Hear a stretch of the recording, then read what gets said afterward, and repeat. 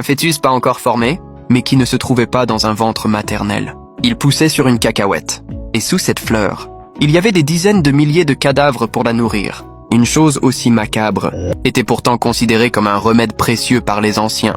Même l'empereur avait envoyé des émissaires aux 4 coins du pays pour la trouver.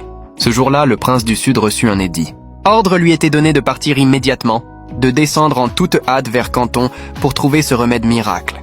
Sur le moment, il n'y prêta guère attention. Mais son conseiller militaire le pressa d'être prudent, car avant cela, l'empereur avait déjà envoyé 3 détachements.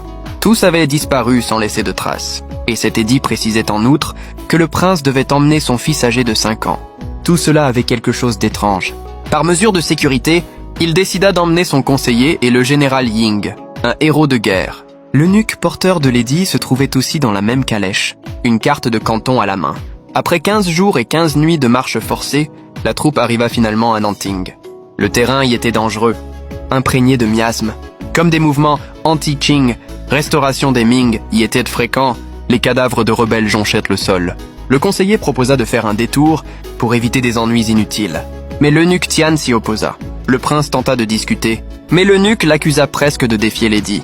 Contraint par le statut d'envoyé impérial de Tian, le prince se contenta de traiter l'eunuque de « sale chien » dans sa barbe. Il ordonna à l'armée de continuer. Mais chemin faisant, un spectacle lui glaça le dos. C'était une fosse profonde remplie de cadavres.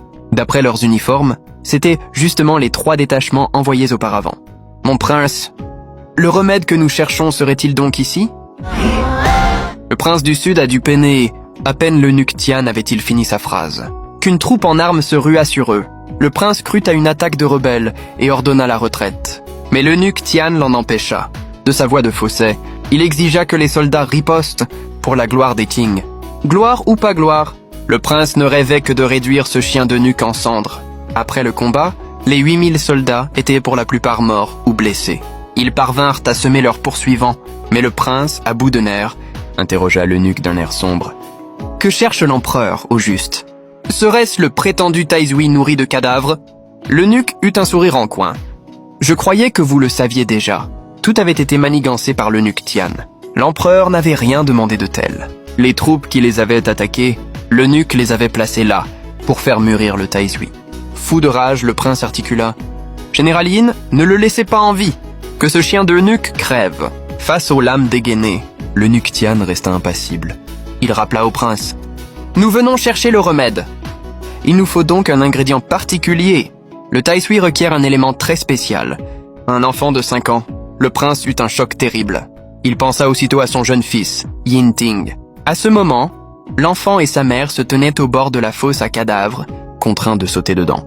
Dans sa frayeur, Yinting crut voir un enfant se transformer en un fil rouge qui s'envola dans le ciel. Avant qu'il ait pu distinguer quoi que ce soit, une lumière rouge et sinistre enveloppa tous les présents. Quand le prince arriva, il ne trouva que des cadavres vidés par le Taizui et Yinting à l'agonie. Après cela, le prince se réfugia avec son fils dans un temple en ruine. Il n'avait plus à ses côtés que le conseiller et le général Ying. Le conseiller examina l'enfant. Circulation inversée, faiblesse extrême. Ces symptômes ne venaient pas d'une blessure extérieure. Quelque chose pesait sur lui. Selon le Yi Jing, le thème astral de Yinting est en conflit avec celui du Taizui. C'est pourquoi tous sont morts, mais lui seul survit. Yinting est donc un être capable de dompter le Taizui. Mais il est trop jeune, trop faible. Avec le temps, sa vie sera en danger. Pour le sauver, seule l'incantation chamanique transmise par le clan Guaerjia peut marcher. Mais le conseiller fut interrompu. Le prince savait que cet art interdit n'était accessible qu'aux morts. Lui-même n'en avait entendu parler que dans les annales. Il réfléchissait à d'autres solutions. Pendant ce temps, sans qu'il le sache, à l'extérieur du temple, un essaim d'insectes toxiques les encerclait. L'apparition du Taizui avait libéré des énergies souterraines qui réveillaient ces créatures maléfiques. Le prince voulut sortir avec Yinting. Mais face à cette nuée d'insectes, même ces 3 grands guerriers ne purent résister. Acculé, le prince prit une décision radicale. Il planta son épée dans son propre cou pour aller en enfer retrouver ses ancêtres.